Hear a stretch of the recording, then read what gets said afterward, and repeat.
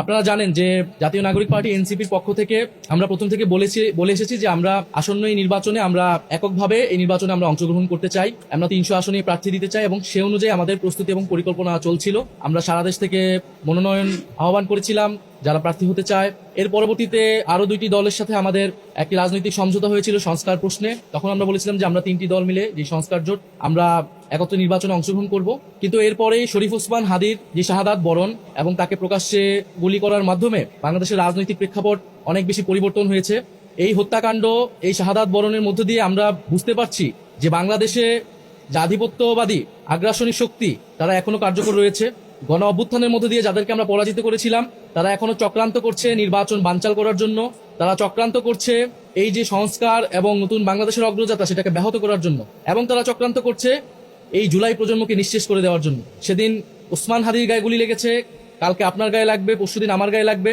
কারণ প্রথম এবং প্রধান টার্গেট করা হচ্ছে এই জুলাই গণ অভ্যুত্থানে যারা অংশগ্রহণ করেছে সারা দেশের তরুণরা, নাগরিকরা, শহীদ পরিবার, যারা আহত যোদ্ধা রয়েছে। ফলে এই পরিবর্তিত প্রেক্ষাপটে আমাদের কাছে মনে হয়েছে, আমরা দলীয় ফোরামে আলোচনা করেছি যে আমাদের এই মুহূর্তে এই নির্বাচন সুষ্ঠুভাবে সম্পন্ন করার জন্য, প্রতিযোগিতা পূর্ণ করার জন্য, এবং যাতে আধিপত্যবাদী কোনো শক্তি আমাদের এই গণঅভ্যুত্থান পরবর্তী অগ্রযাত্রাকে ঠেকাতে না পারে, সেজন্য আমাদের বৃহত্তর ঐক্য প্রয়োজন। সেই তাগিদ থেকেই আমরা জামাতে ইসলামী এবং তাদের যে সমমনা 8 দল রয়েছে তাদের সাথে আমরা কথা বলেছি এবং তাদের যে নির্বাচনী সমঝোতা জাতীয় নাগরিক পার্টি এনসিপি, সেই নির্বাচনী সমঝোতায় সম্মত হয়েছে। আমরা জাতীয় নাগরিক পার্টি এনসিপি এবং এই সমমনা 8 দলের সাথে আমরা একত্রে নির্বাচনে অংশগ্রহণ করব বলে আমরা সিদ্ধান্ত নিয়েছি। দ্বিতীয় বিষয়টি হচ্ছে এই নির্বাচনী সমঝোতা এটি একদিকে যেমন নির্বাচনী বৈতরণী পার হওয়ার জন্য, অন্যদিকে আমাদের যেই এনসিপি প্রথম থেকে সংস্কার বিচার প্রশ্নে আমরা কাজ করে যাচ্ছিলাম, সেই সংস্কার বিচার এবং আধিপত্যবাদ বিরোধী, দুর্নীতি বিরোধী এই বিষয়গুলোতে আমাদের ন্যূনতম কর্মসূচিও থাকবে। আমরা রাজনৈতিক জায়গায় আমরা মনে করছি এই মুহূর্তে বাংলাদেশের এই সংকটগুলো রয়েছে, যেখান থেকে এই বাংলাদেশকে রক্ষা করতে হবে, জুলাই প্রজন্মকে রক্ষা করতে হবে এবং গণ অভ্যুত্থান পরবর্তী যে আমাদের আকাঙ্ক্ষা সেটা যাতে কোনোভাবেই ব্যাহত না হয়, এই জন্য আমরা একটা বৃহত্তর ঐক্যের জায়গায় পৌঁছেছি।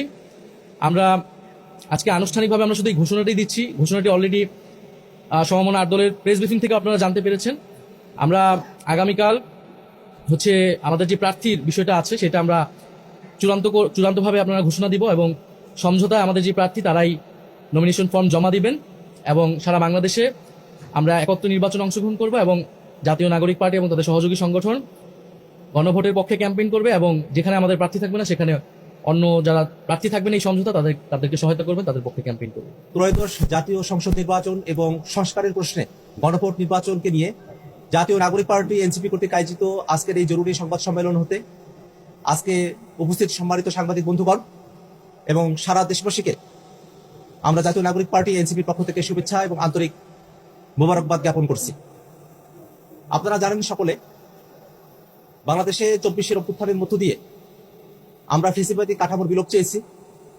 বাংলাদেশে নতুন রাজনীতির মধ্য দিয়ে, একটা নতুন রাজনৈতিক বন্দোবস্তের মধ্য দিয়ে, ব্যবস্থার মধ্য দিয়ে, যাতে করে বাংলাদেশে প্রাতিষ্ঠানিকভাবে, সাংবিধানিকভাবে, প্রশাসনিকভাবে ফ্যাসিবাদ আর কোনোভাবে ফিরতে না পারে, জাতীয় নাগরিক পার্টি এনসিপি আমরা সেই সংগ্রাম আমাদের জাতীয় নাগরিক কমিটির সময় থেকেই আমরা অব্যাহতভাবে চালিয়ে নিয়ে গিয়েছি। ঐক্যমত্য কমিশনে জাতীয় নাগরিক পার্টি এনসিপি সংস্কারের পক্ষে সব থেকে দৃঢ় অবস্থান গ্রহণ করেছিল। আমরা এই বাংলাদেশে ফ্যাসিবাদী কাঠামো আর দেখতে চাই না। এই বাংলাদেশ রাষ্ট্রটিকে নতুন করে সাজানোর জন্য, এই বাংলাদেশ রাষ্ট্রটিকে দুর্নীতিমুক্তভাবে, বাংলাদেশের সকল প্রতিষ্ঠানকে দাঁড় করিয়ে বাংলাদেশের মানুষের নাগরিক অধিকার এবং মানবিক মর্যাদা প্রতিষ্ঠার যে রাজনীতি, সেই রাজনীতির সাথে আমরা নিজেদেরকে সম্পৃক্ত রেখে বাংলাদেশ বিনির্মাণে আমরা নেতৃত্ব দিতে চাই। সামনে ত্রয়োদশ জাতীয় সংসদ নির্বাচন অনুষ্ঠিত হবে, পাশাপাশি সংস্কারের প্রশ্নে, জুলাই সনদের প্রশ্নে গণভোট অনুষ্ঠিত হবে। আমরা বারংবার বলে এসেছি, সংস্কারের প্রশ্নে যে গণভোট, জাতীয় নাগরিক পার্টি এনসিপি হ্যাঁ ভোটের পক্ষে তাদের অবস্থান ব্যক্ত করে এবং বাংলাদেশের আপামর জনতা, বাংলাদেশের সকল ভোটারগণ যেন হ্যাঁ ভোটের পক্ষে তাদের রায় প্রদান করে বাংলাদেশের সংস্কারের কার্যক্রমকে বাস্তবায়ন করার দিকে অগ্রসর হয়, সে আহ্বান আমরা তাদের কাছে রাখতে চাই। সামনের যে নির্বাচন, এই নির্বাচন শুধুমাত্র সরকার গঠনের নির্বাচন নয়, এটা বাংলাদেশ রাষ্ট্রটিকে সংস্কারের মধ্য দিয়ে নতুন করে সাজানোর নির্বাচন। অতএব সেই নির্বাচনে যেন সুষ্ঠুভাবে, শান্তিপূর্ণভাবে এবং জনগণের অংশগ্রহণমূলক একটা নির্বাচন অনুষ্ঠিত হয়, সে প্রত্যাশার কথা আমরা সবসময় বলে এসেছি।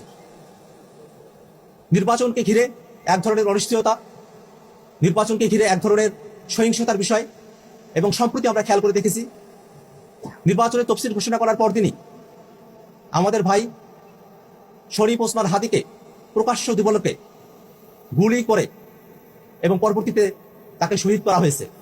আমরা আজকের এই সংবাদ সম্মেলন থেকে আমরা শহীদ হাদি ভাইয়ের আত্মার মাগফিরাত কামনা করি এবং পাশাপাশি শহীদ শরীফ ওসমান হাদি ভাইয়ের খুনের সঙ্গে জড়িত প্রত্যেককে গ্রেফতার করে দৃষ্টান্তমূলক শাস্তি দেওয়ার দাবি জানাই।